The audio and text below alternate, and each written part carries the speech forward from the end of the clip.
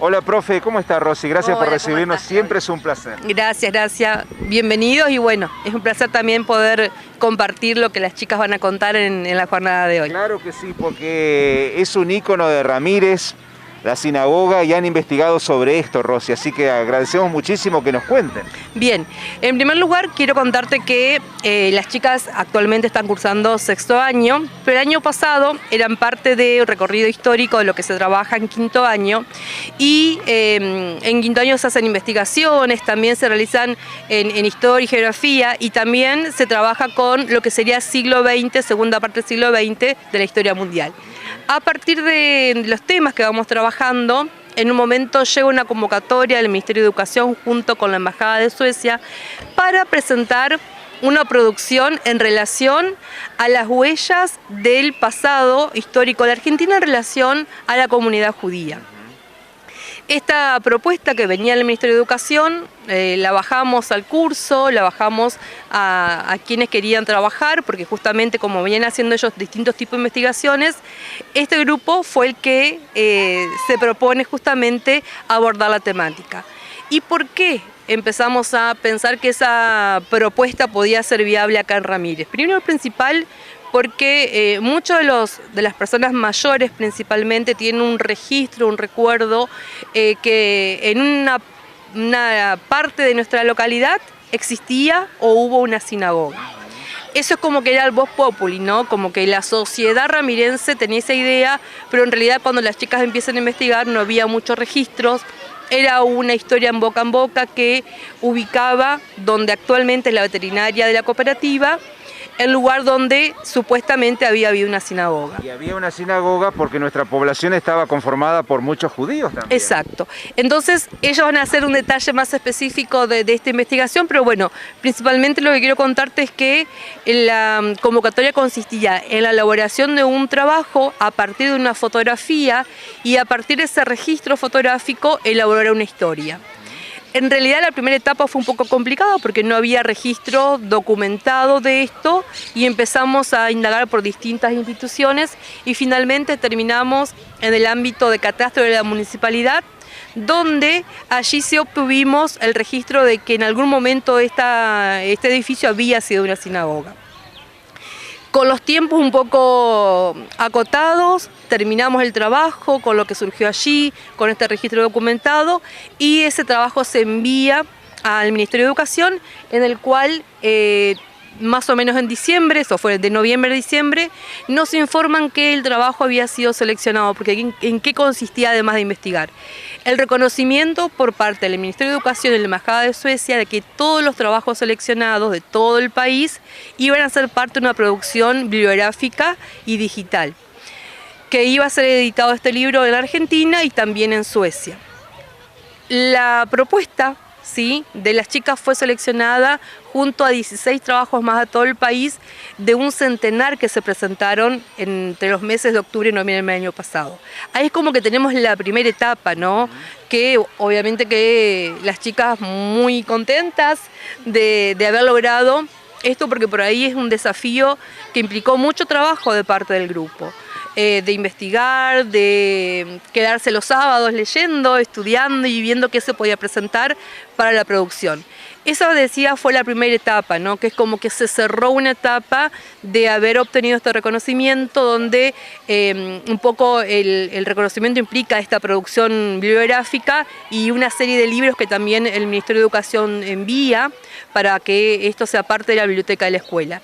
Y la segunda etapa, que es la que tiene que ver con la localidad, fue a partir de la invitación de la municipalidad para ser parte del evento del Ramírez Festeja. Y en ese contexto, ¿sí?, desde el área de cultura, Walter Lopan invita justamente al grupo para que pueda hacer la presentación de la investigación en lo que fue la Noche de los Templos, que justamente, sumando a esto que vos decías, ¿no?, que en algún momento históricamente Ramírez tuvo una importante comunidad judía y había una presencia marcada justamente por este edificio de la sinagoga. Es importante pensar esta presencia porque entre las por ahí los referentes, los investigadores que se dedican en Entre Ríos, que hay investigadores en historia específicamente judía, que tenemos una gran inmigración, inclusive Argentina tiene en Latinoamérica es uno de los países que tiene mayor cantidad de habitantes que practican esta religión. Se habla en Argentina de unas 200.000 personas judías. Entonces, también desde el Ministerio de Educación lo que se intenta justamente es rescatar, ¿sí?, la historia y que todos los sectores sociales, todos los grupos sean parte de esa historia. Digo esto porque, volviendo un poco al objetivo principal de la propuesta de la convocatoria, tiene que ver justamente con identificar, ¿sí?, aquello que muchas veces se intenta olvidar, se intenta ocultar, y evitar justamente esto que en algunos contextos del mundo roza la discriminación o ya hablamos de discriminación, ¿no? Entonces, tanto la Embajada de Suecia como el Ministerio de Educación, como objetivo principal es el rescate de la memoria judía y que no se olvide aquello que pasó a llamarse después de la Segunda Guerra Mundial el Holocausto.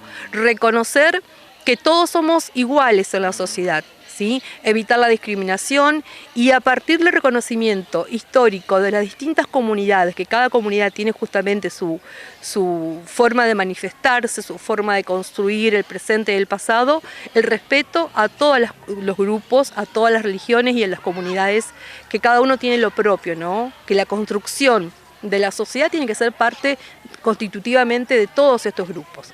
La verdad que problemas como argentinos tenemos muchísimos históricamente, ¿no? Pero si de algo nos podemos sentir orgullosos es del respeto que tenemos a quienes piensan diferente, a las distintas etnias, a las distintas comunidades. De hecho, siempre hemos sido un crisol de razas en nuestro país, ¿no? Así que la verdad que es fantástico esto que estás diciendo. Sí, sí, porque es mucho más amplio lo que por ahí implica una producción de pronto fotográfica para reconocer un edificio como parte de nuestra historia, algo tan pequeñito, ¿no? Una localidad que en ese momento quizás era de 2.500, 3.000 habitantes, trasciende y hoy estamos rescatando la memoria que es parte de Ramírez. Y que eso me parece importante poder identificar. Muchas veces reconocemos las comunidades descendientes de italianos, de griegos, alemanes del Volga, pero también es importante, aunque no haya descendientes en nuestra localidad, que ellos fueron parte. O sea, la comunidad judía fue parte de esta localidad y dio vida en un momento también a lo que era la ciudad, el crecimiento de la ciudad, ¿no? Totalmente, muchos negocios, muchos comercios hubo en Ramírez, propiedad de judíos. Chicas, ¿qué han investigado? Contame, ¿qué datos interesantes nos pueden transmitir? ¿Cómo empezamos el trabajo? Nosotros lo comenzamos porque nos había llegado que era una sinagoga, que había sido una sinagoga, lo que ahora es la veterinaria de la cooperativa. Nos entró mucho la duda de cómo una sinagoga llega a ser la veterinaria de la cooperativa, un templo de una religión.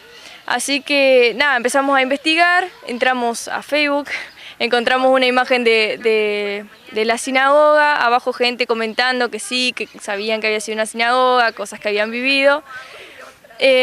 Bueno, de allí empezamos a recopilar la poca información que podíamos porque no había nada. Las pocas cosas que nos ayudó a empezar había sido el libro de Chort, que nos ayudó bastante. Carlos Chort, sí. Claro. Difícil tarea, un enorme desafío. Sí, entonces, sí, porque ¿no? de no haber nada hallamos bastante. Bueno, nos empezamos a preguntar cómo es que llegaron a Ramírez, porque era muy pequeño. Más o menos pudimos deducir que con la llegada del ferrocarril, la llegada del telégrafo, todo eso es como que empezó a atraer más gente para que vaya creciendo la población y para que crezca con los judíos también. Adelante, te escucho. Yo no quiero interrumpirla porque quiero escuchar lo que han investigado. Una cosa que nos pareció importante comentar es los relatos de las personas mayores a las que entrevistamos, porque a partir de eso pudimos sacar un montón de información que nos fue guiando a recorrer los distintos lugares, en donde, por ejemplo, en la municipalidad conseguimos el acta de la venta de la sinagoga.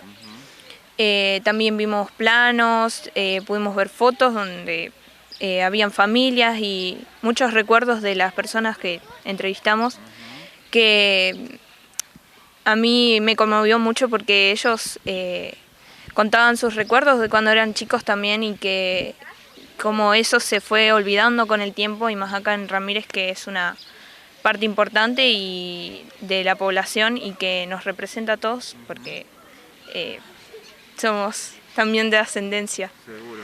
Así que ¿A bueno. quiénes entrevistaron? Entrevistamos a Don Don Lamana. Sí. También a la señora Bender, Claro. que por ahí son los que tienen registros. O sea, vecinos, Vecinos. que conocieron a los habitantes de Ramírez de aquellas épocas. Sí, ¿no? hay una característica que en realidad en la actualidad no hay ningún descendiente directo que practique, Claro. sí, que sea parte de la religión judía. Claro. Por ahí sí, el único apellido que sigue estando presente en la Sí. ciudad de Ramírez Dumner, Sí. y por ahí quienes, las personas mayores, hay un registro, Sí. sí, pero no hay presencia de familias. Pregunta, no quiero ponerlos en un brete, pero ¿por qué desaparecieron? ¿Se fueron de Ramírez? ¿Fallecieron? ¿Por qué no hay más judíos en la ciudad de Ramírez? En un principio teníamos la hipótesis, o sea, nos contextualizamos en la época en la que se empezaron a ir. Ellos empezaron a emigrar de Ramírez en el año 40, más o menos, en la década del 40, y para el 60 ya no había, y nos contextualizamos en la época del nazismo, del antisemitismo.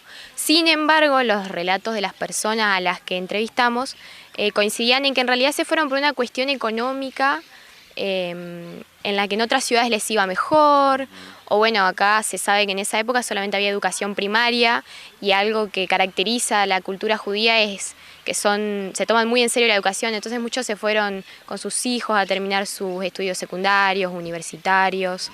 Entonces se fueron más que nada por una cuestión de progresar en otras ciudades o con mejores oportunidades de las que había acá en el momento. Claro. Gente de profundas convicciones, muy religiosos, y por ese motivo la sinagoga en la ciudad de Ramírez, ¿no? Exactamente, eran muchas familias, entonces eran como 30 familias, 30 familias. las que pudimos tener datos, capaz que eran más, pero de los que llegamos fueron 30, y la verdad que sí, tenían su sinagoga en donde practicaban todos los sábados. Sí, sí. Sí, inclusive hablando, una de las cosas que por allí hicimos fue contactar con historiadores. Como te decía hoy, hay historiadores en la provincia de Entre Ríos, habrá una fuerte comunidad, una inmigración judía a fines del siglo XIX, en María Grande y en Basavilbaso hay investigaciones que se han realizado, y contactando con estos historiadores, una de las referencias que nos daban es que si había una sinagoga es porque había una cantidad de familia importante, ¿no? Entonces, eso también fue un poco un aporte inicial que fue generando la construcción del trabajo. Y fíjate, otra cosa, Claudia, que por ahí nos parece importante, que nos costó por ahí poder acceder en el centro, lo que es hoy el centro, justamente en lo que la zona de las dos ganaderas, edificios que hay todavía en estas calles, Claro. tienen que ver con propiedades que en sus inicios fueron construcciones de familias judías. Inclusive hoy uno ubica que ese lugar estaba la sinagoga, con las refacciones obviamente que se hicieron después, pero también lo que es el edificio de la Caur, ese edificio, esa esquina, era de una sola familia, que tenía una especie de almacén de ramos generales, que obviamente después se vende a la cooperativa, y entonces eso es lo que también va desapareciendo, ¿no? Que queda quizá el registro de la sinagoga, pero una gran cantidad de edificios en la actualidad que están presentes todavía, que se han reformado, pero que fueron parte de la comunidad. Entonces, estas familias se dedicaban principalmente a las actividades económicas, al comercio. Entonces, eso es lo que decía Agustina, ¿no? Esto de que van en busca de otros contextos, de un mejor estilo de vida, otro tipo de ciudad, y que también es una característica del pueblo judío, ¿sí? La movilidad. Pero de todas formas, estas hipótesis que comentaban las chicas es como que están latentes porque uno se pregunta, ¿no? ¿Cómo habrá sido la convivencia entre las distintas comunidades en aquella época? Y esa es la parte difícil de reconstruir, porque no hay datos, y el hecho de que no estén estas familias también es como que tenemos una parte, una mirada de esta construcción histórica que es difícil relatar. De todas maneras es sumamente valioso este rescate histórico que ustedes han realizado, Ramírez. A medida que pasa el tiempo, cada vez es más difícil encontrar información. Entonces, en buena hora celebramos que hayan podido lograr este trabajo, y de hecho el reconocimiento que han tenido, porque han obtenido esto que comentaba recién, entre los 16, uno de los mejores trabajos que han sido seleccionados. Rocío. Exacto. Y es como que estamos cumpliendo etapas, ¿no? Claro. Que por ahí etapas que creo que no habían pensado las chicas de avanzar. Obviamente que el deseo de siempre estar entre los reconocimientos está, pero cuando llega el reconocimiento me parece que es significativo porque también da cuenta del trabajo que ellas vienen haciendo y también por parte del reconocimiento de la municipalidad de cómo estudiantes, adolescentes, ¿sí? Puedan también hacer este tipo de aportes. Bueno, el otro desafío que tenemos ahora es, en el transcurso de este año, también es participar en un encuentro que se va a hacer en Buenos Aires de historia oral. Así que bueno, viene ese caminito ahora por intentar llegar porque también implica gastos, implica una inversión que bueno, que en estos tiempos difíciles por ahí cuesta todo, ¿no? Así que bueno, es para ir cerrando el año y este sexto año de ellas que también lo iban de otra forma, ¿no?